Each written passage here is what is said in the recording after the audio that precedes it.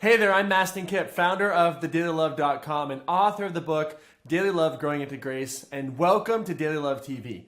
It is a new year, and back in December, we did a survey and asked people a lot of questions about challenges in their life. And one of the most recurring themes that I saw in that survey, we got almost 3,000 responses to this survey, was, hey Mastin, I'm in an unhealthy relationship and I don't know how to get out of it. What do I do?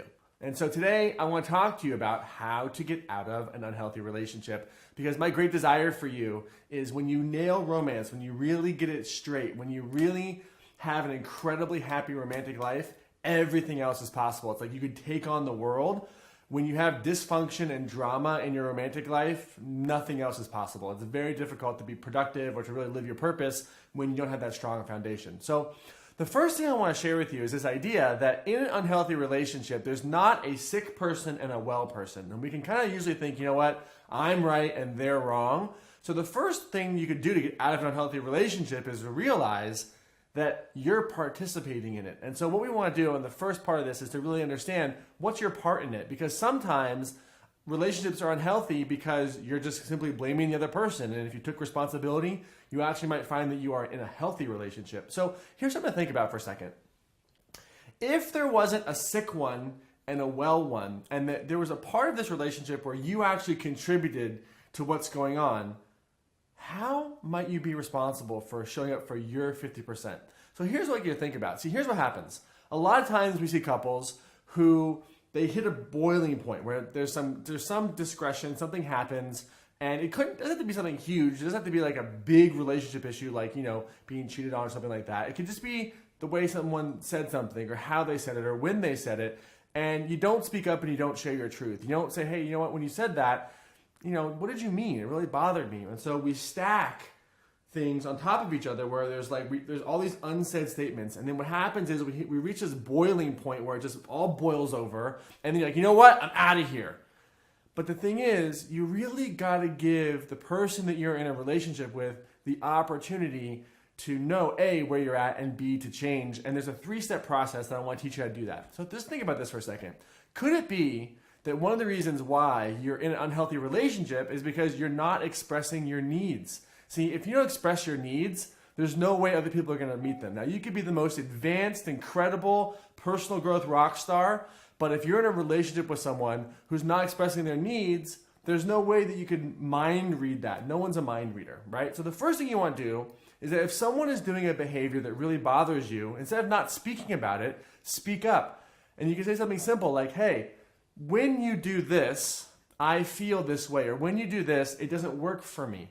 And I'd like this behavior to change. It could be something simple like brushing your teeth. It could be something simple like, when you say you're going to, do something to keep that commitment. It doesn't really matter what it is. If there's a non-negotiable for you in the relationship, then what you want to do is speak up. I can't tell you how much relationship drama and unnecessary tension between two people who love each other is created simply because people don't speak up. So the first thing you want to do, step 1, is to speak up and say, hey, when you do this, it really bothers me.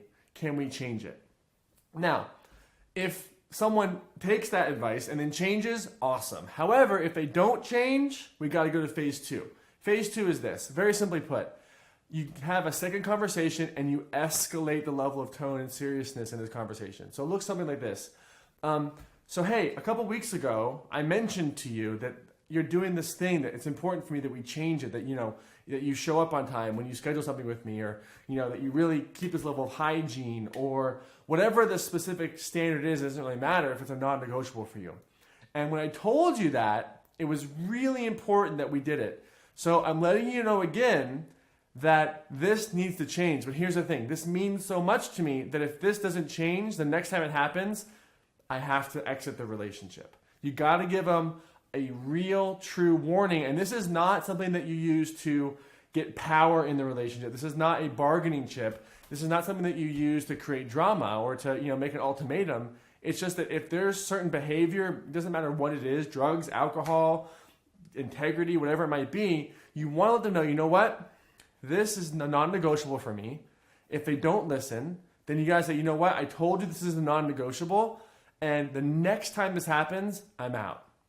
so that they've had fair warning. And then the third step, if they don't transform, is you must leave. And here's the thing, if you do not leave, they will never believe you again because you have to keep your word. If the behavior doesn't change, you must leave because otherwise you're going to say that in the future and they're not going to believe you and they never will change.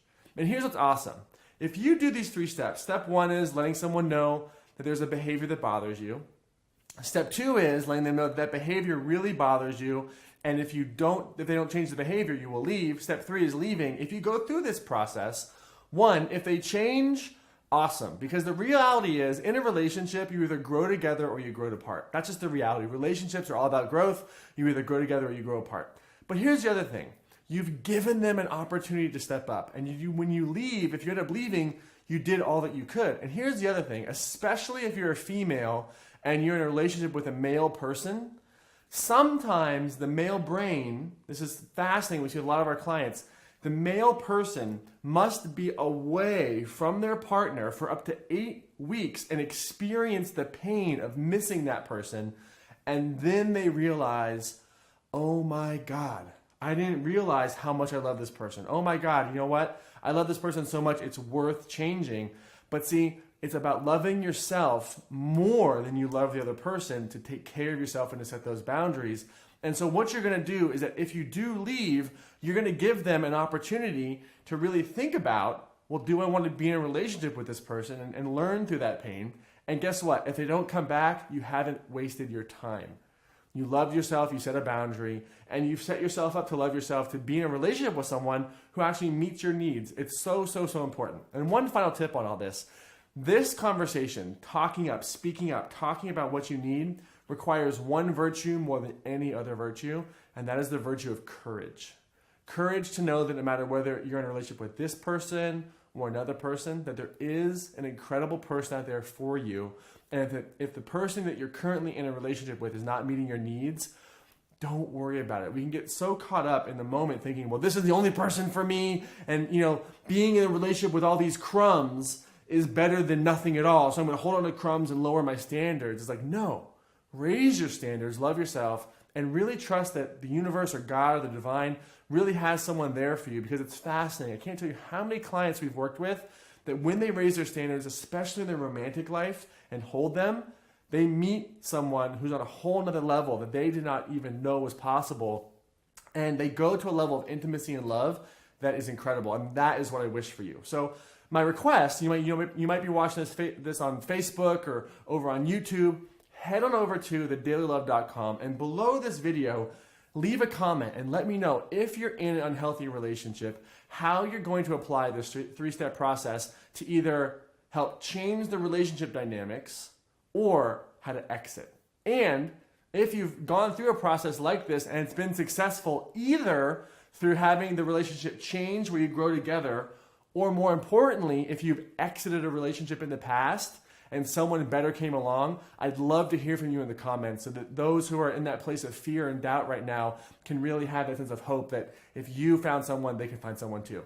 Head on over to thedailylove.com and leave a comment. There's some great community over there. And as importantly, and as always here at Daily Love TV, my deep wish for you is to find courage, get out there, take action, and make it real. We'll see you next week.